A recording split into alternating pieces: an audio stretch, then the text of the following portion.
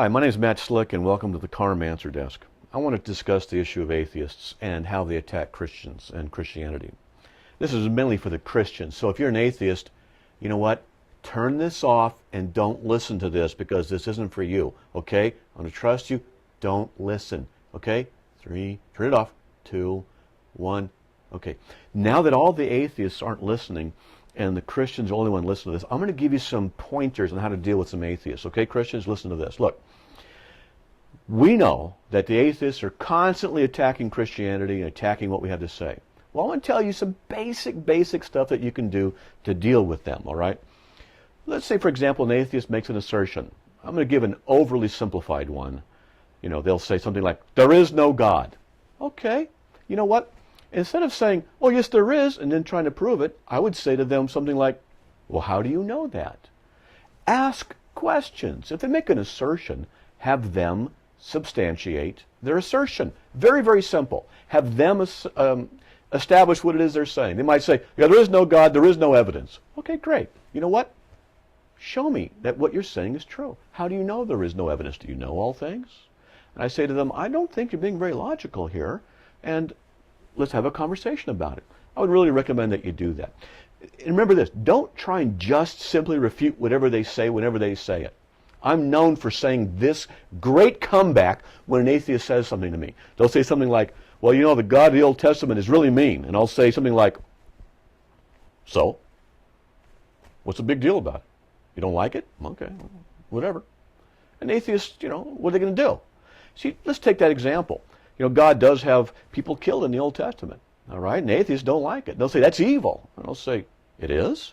How do you know it's evil? What standard do you have by which you're judging what is evil and what is good? I mean, who are you? I mean, I can understand that you may not like some things, and I can certainly defend your right to have an opinion, but no offense meant, but if you just have an opinion that you don't like what God does in the Old Testament, so what? So what? I'm not here to have to prove that God is good or bad to you.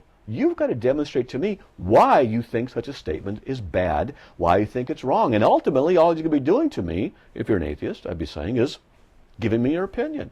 Not liking it doesn't mean it's good or bad or true or false. So when an atheist is talking to you, ask those questions and often seriously say, yeah, so what's the big deal about it? Get them to explain more. And the more they do that, the more you're going to find out that they're going to have holes in their ideas and holes in their statements. It's not that difficult to do. And also try this. Ask questions to find out their presuppositions. You see, if they presuppose that there absolutely is no God, that's different than talking with an atheist who says, well, I really don't see sufficient evidence for God's existence. Now, those are two different kinds of atheists, though both are atheists. And one you would have a much more difficult time talking with than you might have with the other. And so it's really important for you to know who or what you're up against. So you got to ask questions. That's the right kind of questions. You know, why do you say that? Or what makes you hold that position? Or whatever. And ask, okay? Now, I'd also say that what you need to do is admit. This is important, Christians. Admit when you don't have an answer. You know, if I were an atheist and I was talking to some Christian, and this Christian was trying to snow me in trying to give an answer for every single thing, and the answers are falling apart, I'm not going to have any respect for that person. But I'd have a lot more respect for someone who said, you know what, that's a good question. I'm not really sure. Let me go research it for you and get back with you. That's not a problem. That's intellectually honest. And, you know, I do that. You can do that. And you know what? Even when atheists do that, I appreciate that when I'm talking to them and I ask them a question and they don't have an answer. And they say, well, you know what? It's a good question. I'll have to go back and research it. No problem at all. And then just follow up and do that. So basically, dealing with atheists isn't that difficult. They're the ones who often make assertions.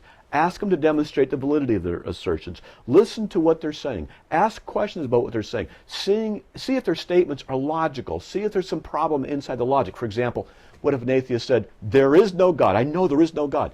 You'd have to know all things to know if there is or is no God. So logically, it's not possible.